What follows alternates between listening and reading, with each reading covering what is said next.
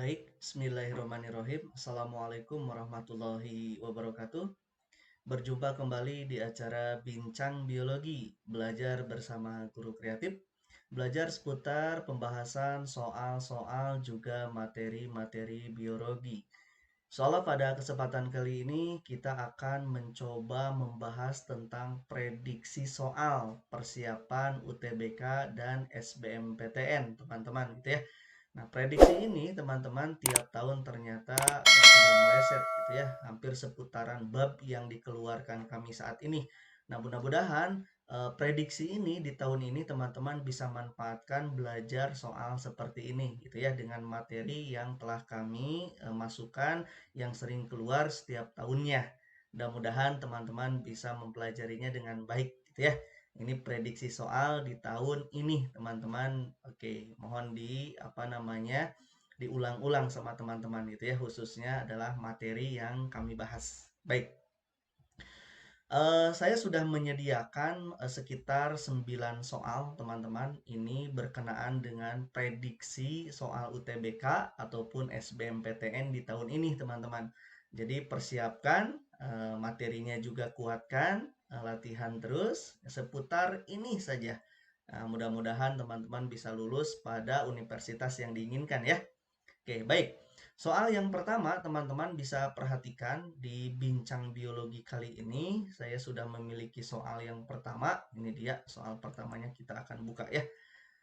Nah, di soal yang pertama, teman-teman disebutkan bahwa katanya bakteri yang paling banyak digunakan dalam rekayasa genetik.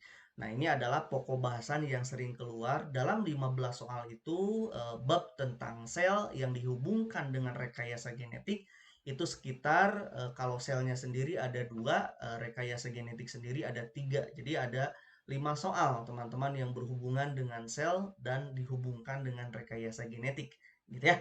Baik, di soal pertama ini disebutkan bahwa bakteri yang paling banyak digunakan dalam rekayasa genetik. Bakteri apa? Oke, baik, kita akan bahas. Nah, berbicaranya bakteri yang digunakan di dalam proses rekayasa genetik itu paling umum digunakan adalah Escherichia coli, teman-teman, yang ini gitu ya. Nah, yang jadi pertanyaan adalah kenapa mesti bakteri ini? Gitu ya. Nah, ada sebab teman-teman kenapa para ilmuwan memilih Escherichia coli sebagai bakteri yang memang yang banyak digunakan di dalam proses rekayasa genetik.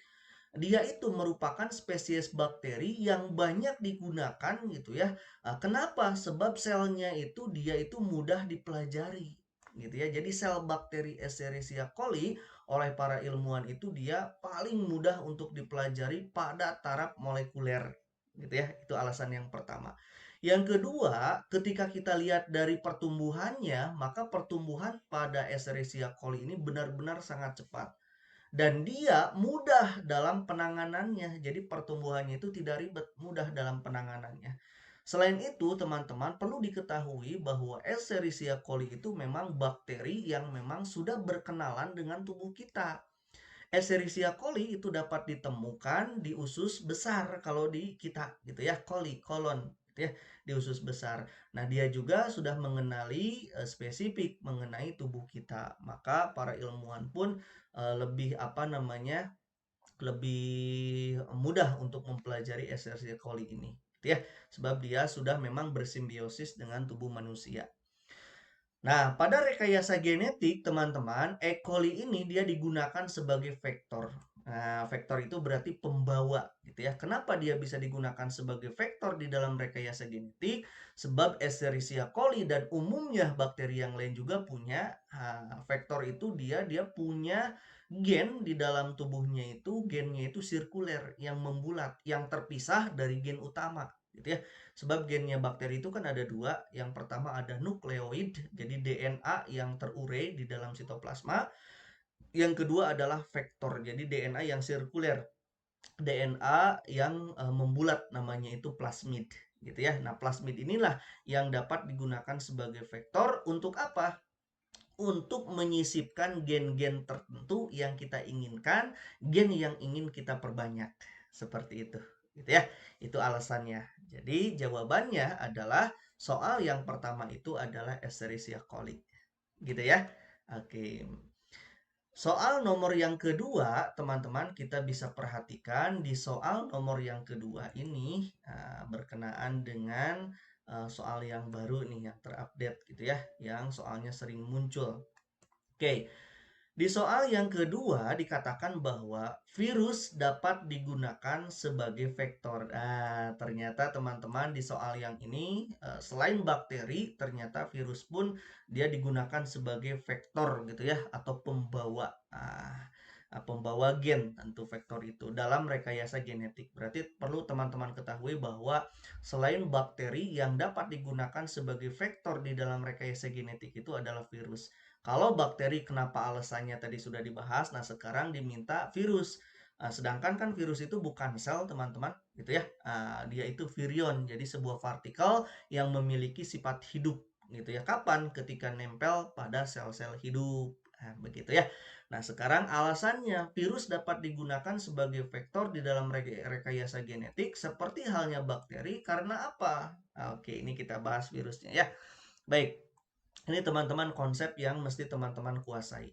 Bahwa virus dia dijadikan sebuah vektor, dijadikan sebagai vektor sebab virus ini teman-teman, dia merupakan alat yang bisa digunakan oleh para ahli molekuler khususnya di bidang biologi, teman-teman, untuk mengirimkan materi genetik. Makanya dia disebut sebagai vektor, seperti halnya bakteri, gitu ya. Artinya gen kita bisa disisipkan di mereka, lalu nanti kita bisa menginginkan apa yang kita inginkan terhadap gen yang disisipkan, gitu ya. Oke, nah sehingga virus sering digunakan sebagai vektor. Artinya virus juga bisa digunakan sebagai pembawa gen di dalam proses rekayasa genetik.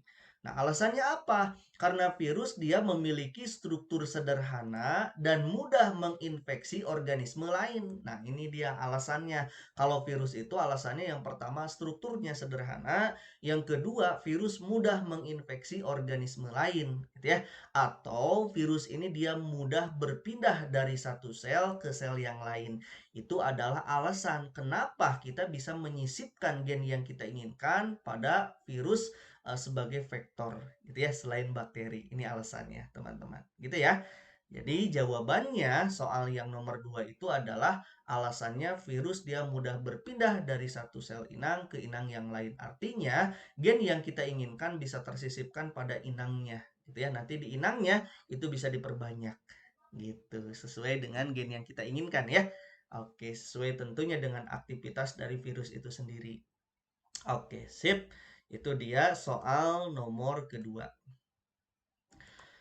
Baik, kita lanjutkan masuk ke soal nomor yang ketiga, teman-teman. Kita akan lihat di soal nomor 3 ini. Oke, di soal nomor 3 katanya enzim yang dapat digunakan untuk menyambung. Oke, ini masih berhubungan dengan rekayasa genetik, teman-teman. Banyak soal yang berhubungan keluarnya itu dengan rekayasa genetik dihubungkan dengan sel. Lumayan 5 soal gitu ya. Menyambung dua untaian DNA pada rekayasa genetik. Jadi di dalam rekayasa genetik itu teman-teman, ketika gen yang diinginkan mau disisipkan, disimpan di dalam sebuah vektor, misalkan tadi disebutkan bahwa vektornya adalah plasmid, gitu ya.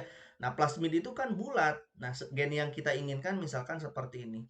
Ini harus digabungkan dengan gen yang dimiliki oleh bakteri, oleh plasmid. Maka plasmid ini teman-teman harus dipotong dulu gitu ya, harus dipotong dulu. Siapa yang berperan memotong plasmid yang bulat ini teman-teman? Yaitu ada yang disebut sebagai suatu enzim. Namanya itu adalah restriksi endonuklease. Jadi dipotong dulu, tak dipotong. Nah, terpotong. Setelah terpotong maka ini dia terbuka. Namanya adalah enzim yang memotongnya itu dia restriksi endonuklease.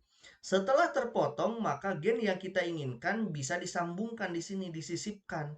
Akibatnya jadi bergabung. Namun pergabungan ini supaya kuat hubungannya, maka mesti ada lem yang menyambungkan antara gen yang diinginkan dengan gen vektor. Gitu ya. Nah, siapa yang merekatkannya, siapa yang menyambungkannya lebih kuat ini adalah enzim yang kita sebut sebagai enzim ligase. Gitu ya, atau enzim penyambung. Dia itu merupakan enzim yang berperan dalam pembentukan ikatan kovalen teman-teman antara gula dan fosfat gitu ya, atau kita sebut sebagai ikatan fosfodiester, di mana pada ujung OH dengan ujungnya gitu ya. Nah, di dalam rekayasa genetik teman-teman, enzim ligase ini dia berperan dalam penyambungan dua ujung tersebut gitu ya, di dalam ujung dari potongan plasmid dengan ujung dari yang kita inginkan gennya. Nah, nanti direkatkan, dihubungkan, disambungkan oleh ligase ini. Gitu ya. Dan ingat, yang memotongnya adalah restriksi endonuklease, yang menyambungkannya adalah ligase. Gitu ya. Oke, jadi dikarenakan yang diminta menyambung, maka jawabannya adalah ligase. Namun, nanti kalau ada soal yang meminta memotong, maka jawabannya adalah restriksi endonuklease. Gitu ya. Oke, di soal nomor 3. Baik, kita lanjutkan. Di soal nomor 4, teman-teman, kita lanjutkan. Nah, ini dia. Soal nomor 4, ini dia mengenai jaringan nih. Oke, ya.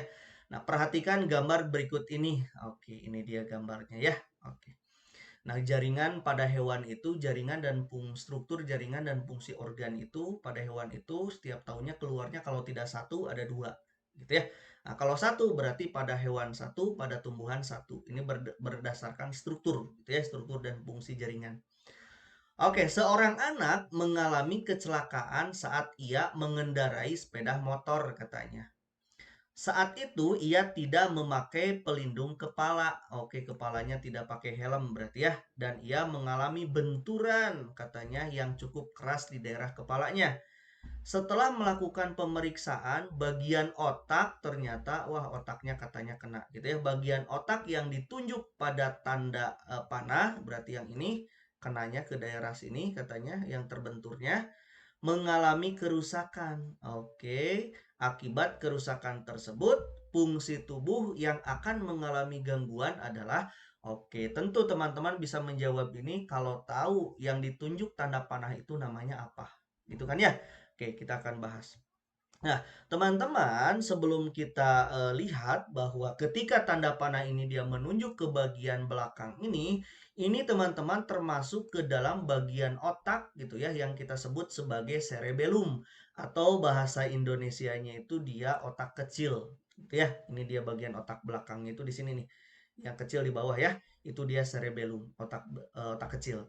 Nah, di sini dia frontalis, ini dia untuk daya ingat, frontalis, ini dia temporalis untuk pendengaran, nah, di atas ini parietalis, sensoris, dan di belakang adalah occipitalis, itu dia visual, penglihatan. Ini otak besarnya, ini cerebrum, itu ya, yang warna biru, kuning, pink, sama hijau, ini dia cerebrum, otak besar. Saya ulangi, depan frontalis, daya ingat, temporalis, yang ini untuk pendengaran, sensoris di sini parietalis. Parietalis itu di tengah-tengah sini gitu ya untuk sensoris.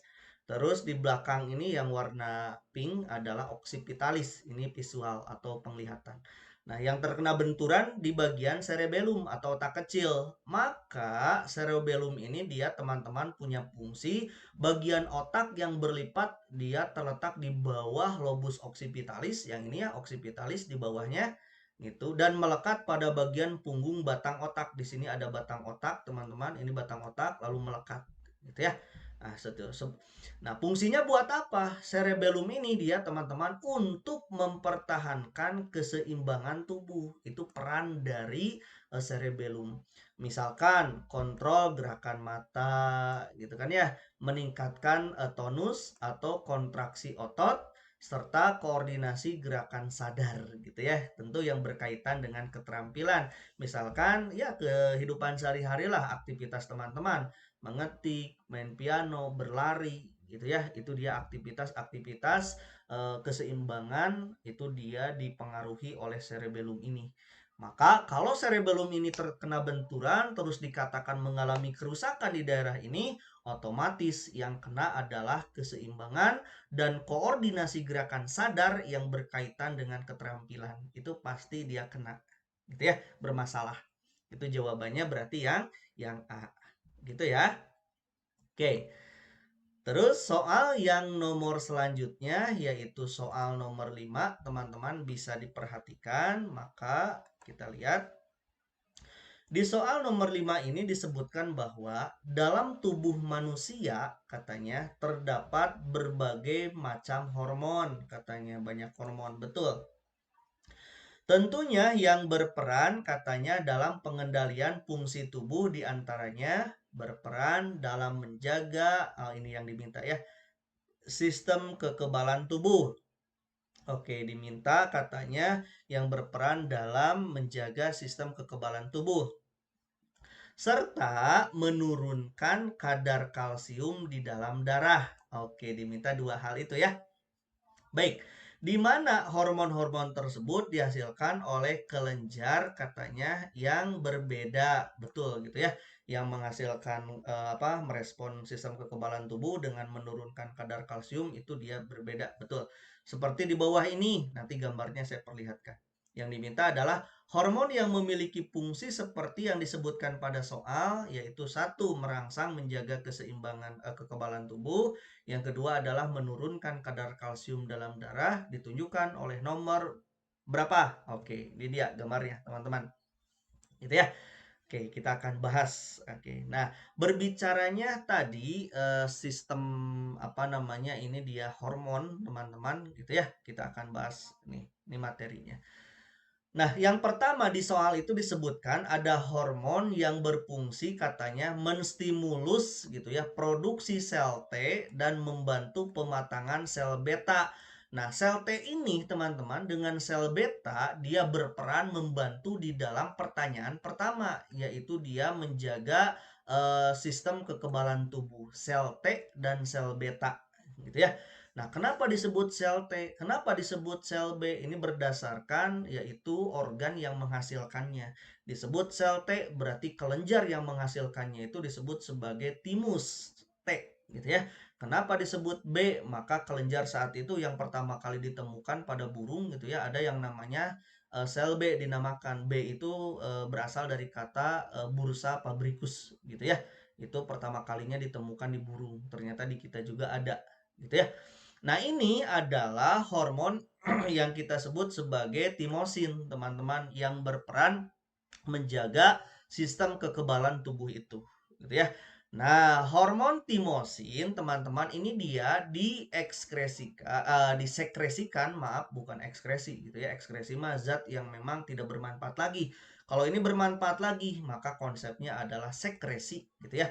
Yang disekresikan oleh kelenjar apa? Oleh kelenjar timus, gitu ya. Timosin itu dia dihasilkannya oleh timus. Itu yang pertama. Di mana timus? Nanti kita akan bahas, gitu ya. Baik, yang kedua. Nah, sementara itu teman-teman, pertanyaan yang kedua yaitu hormon yang berperan di dalam menurunkan kadar kalsium dalam darah. Nah, hormon ini teman-teman namanya juga kalsium gitu ya. Maka identik gitu ya, dekatlah biar mudah teman-teman menghafalkannya, yaitu kalsitonin, teman-teman. Gitu ya, kalsitonin dia yang berperan menurunkan kadar kalsium di dalam darah. Kapan diturunkan? Tentu gitu ya, kalau kadar kalsium dalam darah tinggi, nanti didepositkan kalsium tersebut masuk ke dalam tulang. Akibatnya tulang menjadi lebih kuat. Seperti itu gitu ya. Dan yang menghasilkan kalsitonin adalah kelenjar tiroid, teman-teman. Gitu. Itu dia bedanya, gitu ya. Oke, nah berdasarkan gambar teman-teman, kelenjar timosin dan kelenjar tiroid itu, timosin itu dia ada di nomor 4, sedangkan tiroid itu dia ada di nomor 6 gitu. Jadi nomor 4 dan nomor 6 yang diminta itu adalah berdasarkan pertanyaan gitu ya. Jadi jawabannya 4 dan 6 gitu ya. Seperti itu. Oke, baik, itu dia soal nomor yang kelima. Oke, kita lanjut ke soal yang nomor 6. Baik, di soal nomor 6, teman-teman, oke kita akan lihat katanya urutan takson ya, dalam klasifikasi hewan dari takson terkecil hingga takson terbesar, berarti urutannya dari bawah naik ke atas gitu ya. Oke, baik, urutan takson klasifikasi. Oke, ini konsepnya teman-teman. Nah, tingkat takson teman-teman dia merupakan tingkatan unit atau kelompok makhluk hidup gitu ya yang disusun mulai dari tingkat tertinggi hingga tingkat terendah. Jadi kalau urutannya memang dari kingdom gitu ya, dari urutan kerajaan atau dari regnum gitu ya, dari atas. Nah, nanti urutannya terus ke bawah. Namun di soal diminta itu dari bawah ke ke atas. Itu klasifikasi dari makhluk hidup. Baik, kita akan sebutkan kalau dimintanya dari bawah ya. Maka kalau dari bawah itu adalah urutan pertamanya adalah varietas atau ras. Nah, varietas nanti naik ke atas itu dia bertemu dengan spesies atau jenis, teman-teman. Dari spesies ini dia akan naik lagi ke atas, itu dia berkenaan dengan genus atau marga dari organisme tersebut. Nah, genus naik lagi ke atas, nanti dia masuk ke famili atau suku, gitu ya. Dari famili atau suku dia masuk lagi ke atas, paling atas lagi namanya ordo, yaitu bangsa dari organisme itu. Terus dari ordo naik lagi ke atas namanya klasis atau kelas, gitu ya. Nah, dari kelas kalau dia ternyata hewan, maka naik ke atasnya itu namanya filum. Awas, berbeda ya. Tapi dari kelas kalau dia itu tumbuhan, maka naik ke atasnya itu adalah divisio. Jadi teman-teman harus lihat dulu organisme itu hewan atau tumbuhan. Kalau dia hewan, setelah kelas itu dia naik ke atasnya filum. Tapi kalau dia tumbuhan, setelah kelas dia naik ke atasnya itu adalah divisio. Gitu ya, itu beda. Nah, baru setelah divisi atau filum, kita pastikan itu hewan atau tumbuhan, maka dia lari ke atas, paling atas adalah kingdom. Nah, gitu ya, kingdom ini kerajaan atau orang lain menyebutnya dia regnum sebagai dunia di mana dia hidupnya. Gitu ya. Jadi urutan dari tingkat terendahnya sampai tingkat tertinggi, ini adalah jawabannya yang A. Nah, setelah kelas dia menyebutkan filum, berarti dia sedang berbicara itu organismenya, berbicaranya di sini. Coba lihat hewan, gitu ya, harus filum. Tapi kalau di soal nanti diminta adalah tumbuhan, maka paling teratasnya jangan filum, tapi apa? Divisio, gitu ya. Setelah divisio baru ke kingdom. Gitu ya. Oke, ini soal nomor yang ke-6. Oke, baik. Soal yang ke-7, teman-teman, bisa diperhatikan berkenaan dengan prediksi yang sering muncul. Ini dipastikan sering muncul seperti ini, teman-teman. Oke. Pernyataan yang benar katanya terkait dengan kunci determinasi. Oke, diminta determinasi. Atau nama lainnya adalah kunci identifikasi adalah, oke baik. Atau teman-teman bisa sebut ini adalah badan dikotom atau kunci dikotom. Gitu ya, nama lainnya kunci determinasi. Baik, konsepnya. Kunci determinasi tadi saya sudah sebutkan bahwa nama lainnya adalah kunci dikotom, teman-teman, atau kunci identifikasi gitu ya. Dia itu merupakan sebuah apa ya, namanya juga kunci gitu ya. Dia merupakan panduan atau langkah teman-teman untuk mengenali organisme dan mengelompokkannya pada takson tertentu. Jadi untuk mengenali organisme itu baik tumbuhan atau hewan, kita bisa menggunakan kunci determinasi. Nanti ketika kita sudah ketahui, lalu kita kelompokkan organisme itu masuk kelompok apa, gitu ya, atau pada takson apa. Nah, itu dia perannya dari adanya kunci dikotom, gitu ya. Nah, kunci dikotom, teman-teman, dia terdiri dari nih urutannya. Jangan lupa, ini aturannya. Kunci dikotom itu dia terdiri dari sederetan pertanyaan, teman-teman, ingat-ingat gitu ya, yang terdiri dari dua baris. Jadi pertanyaannya itu mesti ada dua baris, kolom A, kolom B, gitu ya. Jadi ada yang menyatakan iya, ada yang menyatakan tidak, gitu ya. Nah, untuk mengelompokkan atau menggolongkan makhluk hidup dan berisi deskripsi dari ciri-ciri organisme yang disajikan dengan ciri yang berlawanan. Jadi kalau yang A misalkan kalau hewan tersebut memiliki rambut, misalkan di bawahnya hewan tersebut tidak memiliki rambut, pasti berlawanan gitu ya untuk mengelompokkannya. Itu aturan yang pertama.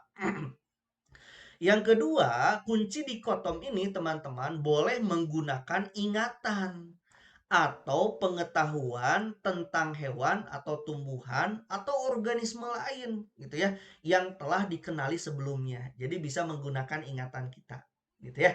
Bisa itu aturannya. Terus yang terakhir aturannya adalah apabila terdapat organisme yang tidak ditemukan nama spesiesnya Ternyata misalkan setelah ditemukan nih ciri-cirinya begini, tapi spesiesnya tidak ada nih, belum tercantum di dalam kunci dikotom. Maka kemungkinan organisme tersebut merupakan organisme dari spesies yang baru. Gitu ya. Dan bukan disebut sebagai spesies yang tidak ada. Bukan begini, oh tidak ada di dikotom, berarti organisme ini tidak ada. Tidak, berarti badan dikotom ini, kunci dikotom ini belum memasukkan organisme itu. Berarti organisme itu bisa jadi spesies baru. Gitu ya. Oke, berarti harus dibuatkan lagi. Nah, seperti itu ya konsep dari badan dikotom. Maka jawaban yang tepat adalah yang A. Kunci identifikasi disebut juga dengan kunci dikotom. B, C, D, E itu dia pernyataan-pernyataan yang berlawanan atau yang salah berkenaan dengan konsep yang benarnya yang ini. Itu ya yang sudah saya jelaskan barusan. Oke, baik. Nomor 7 itu ya. Oke, kita masuk lagi ke menu. Nomor yang ke-8, 2 soal lagi teman-teman. Oke. Nomor ke-8 katanya begini. Urutan yang benar katanya tentang tahapan investasi gitu ya, investment energi fase pada glikolisis. Oke, diminta adalah tahapan di mana energi itu dihasilkan. Investasi energi itu dihasilkan di glikolisis. Baik, teman-teman. Nah, ini adalah masuk ke pokok bahasan metabolisme, teman-teman. Metabolisme itu sering keluarnya kadang 1 soal, kadang 2 soal. Gitu ya. Artinya selalu keluar di materi-materi UTBK itu, di soal-soal UTBK tiap tahun. Gitu ya, untuk yang metabolisme ini. Baik, kita bahas materinya. Nah, berkenaan dengan tahapan investasi, teman-teman, investment energy, pada tahap tentu yang diminta adalah tahap dari glikolisis, gitu ya. Urutannya itu seperti ini, teman-teman, mohon diperhatikan. Nah, tahapannya itu adalah glukosa dia memiliki 6 atom karbon kan ya, C6H12O6 gitu. Pertama kali dia akan diubah dulu menjadi glukosa 6 fosfat. Nama enzimnya itu oleh enzim heksokinase. Jadi dibuat dulu dirubah gitu ya. Apa namanya posisi karbonnya. Nah, posisi fosfatnya dia disimpan dulu pada berarti kalau posisi fosfat masuk ke dalam gula jadi glukosa 6 fosfat berarti di situ ada fosfat yang masuk ya. Dari mana? Itu peminjaman energi. Berarti bukan investment gitu ya. Pertama kalinya minjam dulu energi gitu. Ini urutannya sampai dia menginvestasikan energi. Jadi minjem fosfat dari ATP dengan bantuan enzim heksokinase maka berubah jadi 6 glukosa 6 fosfat. Fosfatnya disimpan pada karbon bernomor 6. Gitu ya. Nah, kemudian glukosa 6 fosfat ini teman-teman, dia akan dikonversikan ke dalam bentuk isomernya, ke dalam bentuk lainnya, tetapi masih isomer. Gitu ya, yaitu jadi fruktosa 6 fosfat. Ini isomernya, fruktosa itu isomer dari glukosa, gitu ya. Nah, enzimnya adalah fosfoglukoisomerase. Jadi diisomerkan, dirubah bentuknya. Nah, setelah itu enzim fosfofruktokinase ini teman-teman akan mentransferkan gugus fosfatnya atau nanti si fosfatnya itu ditransfer gitu ya dari ATP dan ini jadi apa? Jadi fruktosa dari fruktosa 6 fosfat yang tadi sebelumnya sehingga membentuk fruktosa 1,6 bifosfat. Berarti ini ada fosfat yang masuk yang kedua dari mana? Dari transfernya dari ATP. Jadi minjam lagi energi gitu ya, minjam lagi fosfat dari ATP gitu ya. Jadi 1,6 bifosfat. Nah, ini dia yang kedua nih, dia butuh berarti 2 ATP di dalam proses pertamanya. Jadi membutuhkan atau minjam ATP sebanyak 2 nih di dalam prosesnya. Gitu ya.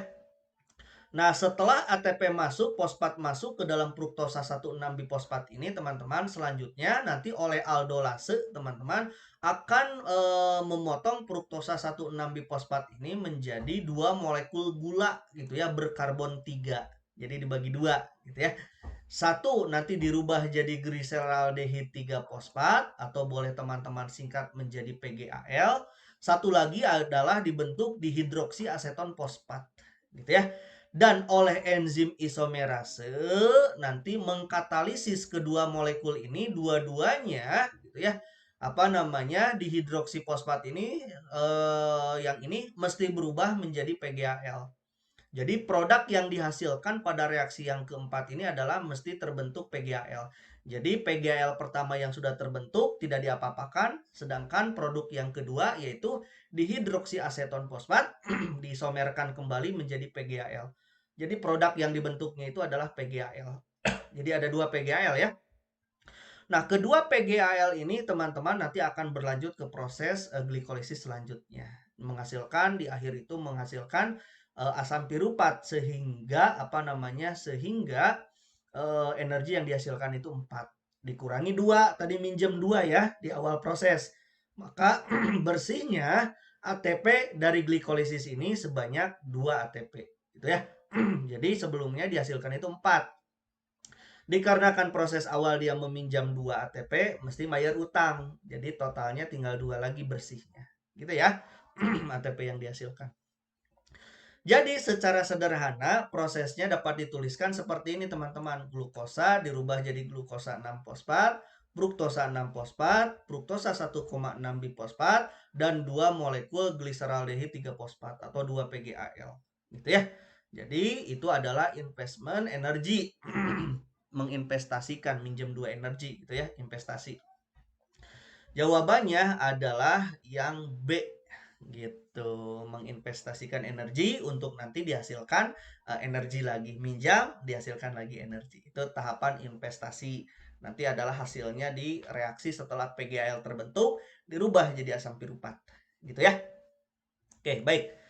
Itu dia soal yang ke-8. Dan soal yang terakhir ini diprediksi di pertemuan pertama. Nah, nanti kita ada pertemuan selanjutnya membahas tentang masih prediksi UTBK. Ini teman-teman, kami buat soal prediksi yang sering keluar ternyata tiap tahun berhasil ya. Mudah-mudahan teman-teman bisa memanfaatkannya. Ini yang terakhir. Soal yang terakhir di pertemuan prediksi pertama ini teman-teman, katanya gen buta warna katanya terpaut kromosom X, betul, dan dia itu bersifat resesif, betul ya. Apabila dalam suatu keluarga katanya memiliki mesti 2 anak laki-laki buta warna, katanya berarti ada laki-lakinya mesti buta warna. 2 anak perempuan tapi normal, berarti mesti menghasilkan anak laki-lakinya kena, anak perempuannya normal. Boleh normal homozigot, boleh normal heterozigot atau karier. Yang jelas harus seperti itu ya. Perempuannya normal, laki-lakinya buta warna, harus begitu. Maka katanya kemungkinan orang tua laki-laki adalah, oke, kita akan bahas begini teman-teman. Konsep pertama, ingat-ingat, buta warna atau kelainan yang disebabkan oleh gen resesif, teman-teman, gitu ya, yang terikat, yang terkait, yang terpaut pada kromosom X ini, gitu ya. Nah, berdasarkan soal, teman-teman, seorang pria kemungkinan itu dia membentuk alel itu kan kalau dia normal, pria itu normal di dalam konsep buta warna, pria normal itu dituliskan begini. Jadi X, B besar, Y, gitu ya. B di sini buta warna berarti kalau dia normal menggunakan huruf kapital. Tetapi kalau prianya kena, maka cara menulisnya adalah X pangkat B, B-nya itu mesti B kecil, Y. Maka dia dinyatakan bahwa laki-laki ini dia buta warna. Gitu ya, untuk mengidentifikasi. Nah, sedangkan kalau pada perempuan, kalau pada wanita, wanita normal itu ada 2. Boleh homozigot seperti ini, XB besar pangkatnya itu wanita normal homozigot. Atau wanita normal bisa tipe yang kedua yaitu XB besar dan XB kecil. Ini wanita karier gitu ya. Nah, karier ini dia pembawa sifat. Nah, dia sendiri normal gitu ya, tetapi pembawa gen jelek yaitu XB kecil ini. Sedangkan kalau wanitanya itu dalam keadaan buta warna, maka cara menulisnya adalah XB kecil gitu ya secara aturan konsepnya. Nah, maka teman-teman dapat dihitung nanti apabila kita mau menghasilkan anak laki-lakinya buta warna, entah mau 2, mau 3, mau 4, terserah. Yang jelas laki-lakinya anaknya katanya mesti buta warna. Maka anak laki-laki buta warna itu mesti dilambangkan dengan begini. Dan perempuan mau berapapun jumlahnya katanya normal. Oke, normal itu kan bisa dalam keadaan homozigot, bisa dalam keadaan heterozigot. Gitu ya, dalam keadaan seperti itu. Maka teman-teman kemungkinan orang tua laki-lakinya itu yang mungkin itu adalah mesti X, B besar, Y, mesti normal. Kenapa? Sebab teman-teman, X-nya pada laki-laki itu pasti akan turunnya itu ke anak perempuan. Sedangkan di soal anak perempuannya itu normal, berarti si ayah mesti normal. Gitu, gitu ya. Sedangkan diminta anak laki-laki semuanya buta warna. Nah, X pada laki-laki itu XY ya. X pada laki-laki itu dikirimnya itu pasti dari ibu. Supaya anak laki-lakinya semuanya kelainan, berarti ibunya mesti kena gitu ya, ibunya mesti buta warna sebab X ibu ini dua-duanya akan masuk, akan tersimpan pada anak laki-laki. Otomatis X ini akan nempel pada anak laki-laki dan laki-laki semuanya pasti buta warna jika ibunya buta warna. Gitu ya. Jadi jawabannya mesti ayahnya normal, ibunya buta warna. Mesti begitu. Yuk kita silangkan kalau mau percaya. Saya punya ibunya dia kena, ayahnya dia normal, gitu ya. Ini dia XB kecil 2 pangkat 0, berarti turunkan satu huruf, gitu ya, XB. Ini XB Y, ini 2 pangkat 1, gitu ya. 2 pangkat 1 itu dia menggunakan rumus, teman-teman masih ingat rumusnya? Rumusnya itu adalah 2 pangkat N, gitu kan ya. N itu apa? N itu adalah sifat yang beda. Yang ini kan sama, tidak ada yang beda, berarti yang ini 2 pangkat 0. Berarti turunkan satu huruf. Ini adalah X dengan Y berbeda. Berarti 2 pangkat 1. Nah, gitu ya. Berarti turunkan 2 huruf. 2 pangkat 1 itu kan 2 ya. XB besar dan Y. Kawinkan. Ini kawinkan ke sini. Yang ini kawinkan ke sini. Maka hasilnya adalah menghasilkan anak perempuan yang normal dan menghasilkan anak laki-laki yang buta warna. Jumlahnya terserah mau berapa. Anak perempuan pasti normal semuanya meskipun dia karya. Sedangkan anak laki-laki semuanya kena. Gitu ya. Jadi jawaban yang tepatnya adalah teman-teman, nah ini konsep yang terakhirnya saya tambahkan. Tadi sudah saya sebutkan bahwa teman-teman hal tersebut dapat terjadi karena seorang pria akan mewariskan gen buta warna pada anak perempuan. Ini konsep yang tadi sudah saya sebutkan, ingat-ingat ya. Sedangkan wanita atau ibu mewariskan gen buta warnanya itu kepada anak laki-laki. Akibatnya jawabannya mesti laki-lakinya normal, ibunya buta warna. Gitu ya. Itu adalah soal yang terakhir pada video kali ini. Oke, jawabannya yang C ya. Oke, teman-teman. Nah, itu adalah pertemuan pertama video membahas prediksi soal. Saya sudah menyediakan beberapa soal untuk prediksi UTBK dan SBMPTN di tahun ini, teman-teman. Manfaatkan. Nah, ini yang sering keluar muncul dan tiap tahun keluar. Gitu ya. Ingatkan materi-materinya, hafalkan, pelajari. Mudah-mudahan teman-teman bisa mengingat, terus bisa paham dan mampu menjawab UTBK ataupun SBMPTN di tahun ini. Gitu ya. Nah, silahkan bisa berkunjung di channel YouTube kami. Banyak soal yang telah kami bahas seputar pembahasan UTBK dan juga ujian mandiri. Gitu ya.